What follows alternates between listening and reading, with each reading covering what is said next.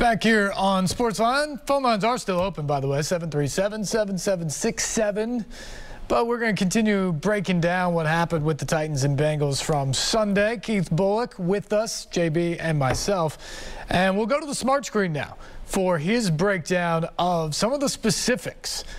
Get within the plays for what went wrong in the Titans' offensive game and also their inability to slow down a Bengals offense that was without Joe Mixon and Jamar Chase. 20 points isn't bad, but they didn't have the same impact on the game they had even last year in the playoffs.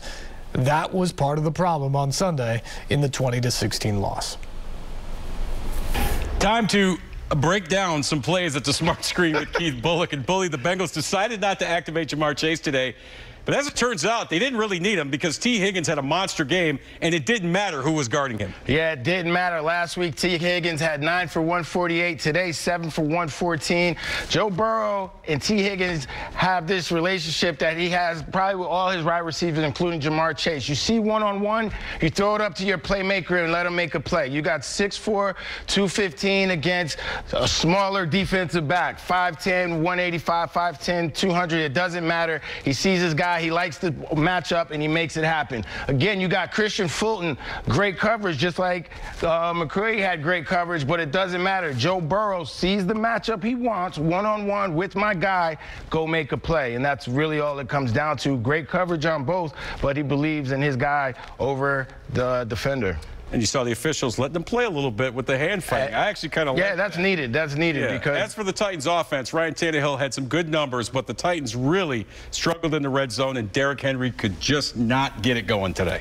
Yeah, it was tough. It's been tough the last couple weeks. You know, they're definitely missing Big Ben Jones. Aaron Brewer is doing a great job in backup role, but he gives up a lot in that run front. I mean, in that run down situation with those nose tackles. Here, just an errant pass.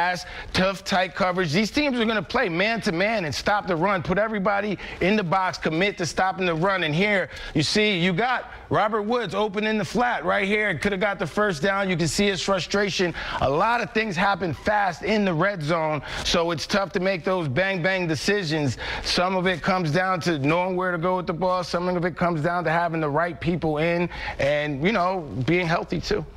Sometimes you have to give the other team credit, right? The Bengals had a solid game plan, and it was just enough to get the win today.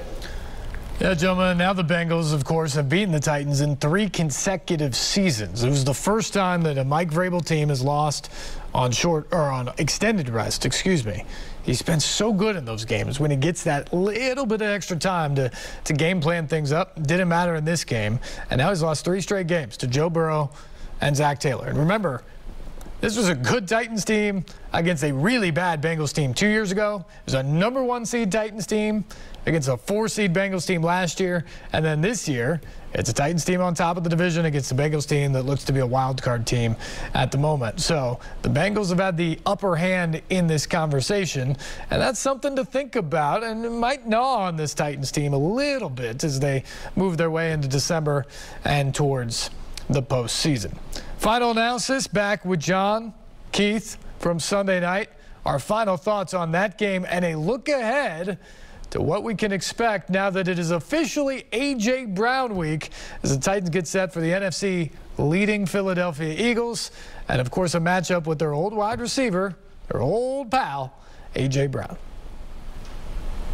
All right, Keith, as we wrap it up, a tough loss for the Titans today. But the good news is they're still atop the AFC South, and they are currently sitting in the 3 spot in the AFC. But based on what we saw today, how realistic is it to say that they could make a deep playoff run like they did 3 years ago? Well, I think it's very realistic. Based off today, look, they were missing Big Ben Jones. That hasn't helped the last 2 weeks with the running game. Tannehill's getting the passing game going since he's been back. And I think that, you know, without them getting that last opportunity today, unfortunately with the penalty, we don't really know what would happen. Titans played their game. They always put themselves in a position to win at the end. And unfortunately, that special teams penalty cost them that opportunity. Yeah, they come up short despite the fact that they had extra rest. First time that's ever happened under Mike Vrabel, who also, by the way, is now 0-3 against Zach Taylor and the Bengals. Knowing the pride level Mike Vrabel has, how much do you think that bugs him? Knowing the competitor Mike Vrabel was as a player and seeing how he is as a coach, it bugs him a lot. But I'm sure he'll do the old Belichick-esque, we're moving on to Philadelphia. Yeah, and A.J. Brown. It is A.J. Brown week. This has been circled on the calendar since the schedules came out. The Titans certainly miss A.J. Now they have to defend him in a game that's bigger now that they're coming off of a loss. Yeah, it's a bigger game, and it's going to be great to see, you know, A.J. playing against his old team. But I think the Titans will be back more to their old self. You know, if they get Big Jones back in the lineup, Traylon Burks is starting to assert himself in that passing game. Ryan Tannehill is looking for him downfield. So I wouldn't be surprised if they come out and try and feature a little more Traylon Burks to take, you know, A.J. Brown's thunder and shine this Sunday. He thinks he's going to have a coming out party, but I think it more will be like Traylon Burks' coming out party. We wondered today where some of the animosity was given last year. Just guessing that's not going to be an issue next week in Philly.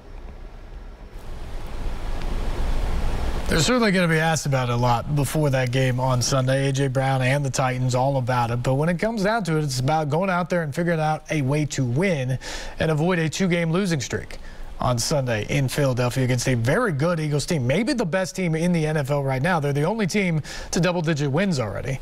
So it would be a huge statement game because we talked earlier about the games that the Titans have played against good teams, against teams that look like they're going to the playoffs right now. They've got one win over a winning record team. That was the Commanders. Everybody else, some of them have been really close. Some of them a play or two, it goes the other way. But the Titans haven't won those games this year. And that's a huge difference between this year and last year. Because last year, through all the injuries, everything that happened, Derrick Henry going down, A.J. Brown missing some games, everything that happened last year, using 91 different players, the Titans still beat elite teams. They beat the Chiefs. They beat the Bills. They went to L.A. and beat the Rams. They beat 9 playoff teams from the previous season. There was no question that last year's Titans team was battle-tested and that they were prepared to beat any of those types of teams in the playoffs. Now, they didn't do it in the playoffs. But during the regular season last year, they had proven that they could beat anyone. This year's team hasn't proven that. And that's the big thing for me. As we turn the calendar this week to get into December, I want to see the Titans beat Philadelphia. I want to see them beat a Cowboys team later, or a Chargers team on the road. They got the Jaguars and Texans in there. You expect them to win those games, or at least 2 of those 3 games. But can they beat one of those teams on the schedule that is competing right now to be in the playoffs? The Eagles are going to be there. Cowboys are going to be there at the end of the day. Can the Titans win one of those games? Chargers are battling to get in that position. Can they beat them on the road? Those are the types of wins that if the Titans can get them, will give you a little bit more confidence that when they get into January, they could maybe get hot and go on a run. If they don't win any of those, they still might get to 10 wins. Just win those division games, you're going to win 10 games. But if that's all the Titans do, is dominate the AFC South with only 1 win over another playoff caliber team, and we'll see if Washington actually ends up in the playoffs, but only 1 win, I don't know if that's going to instill much confidence. But if you pick off a couple of these, starting with this Sunday against the Eagles, that changes the discussion on what the ceiling can be for the Titans in January and maybe beyond. All right. Our phone lines are still open, 737-7767, if you'd like to squeeze in here. When we come back, we're going to switch gears a little bit, go to college football. We hit about the college football playoff ranking off the top of the show. Tennessee, not the only local team headed to a bowl game. Middle Tennessee's going bowling. We'll tell you about the matchup, when, where. The where's a fun thing. And we'll hear from the Blue Raiders coming up here on SportsLine on News Channel 5+.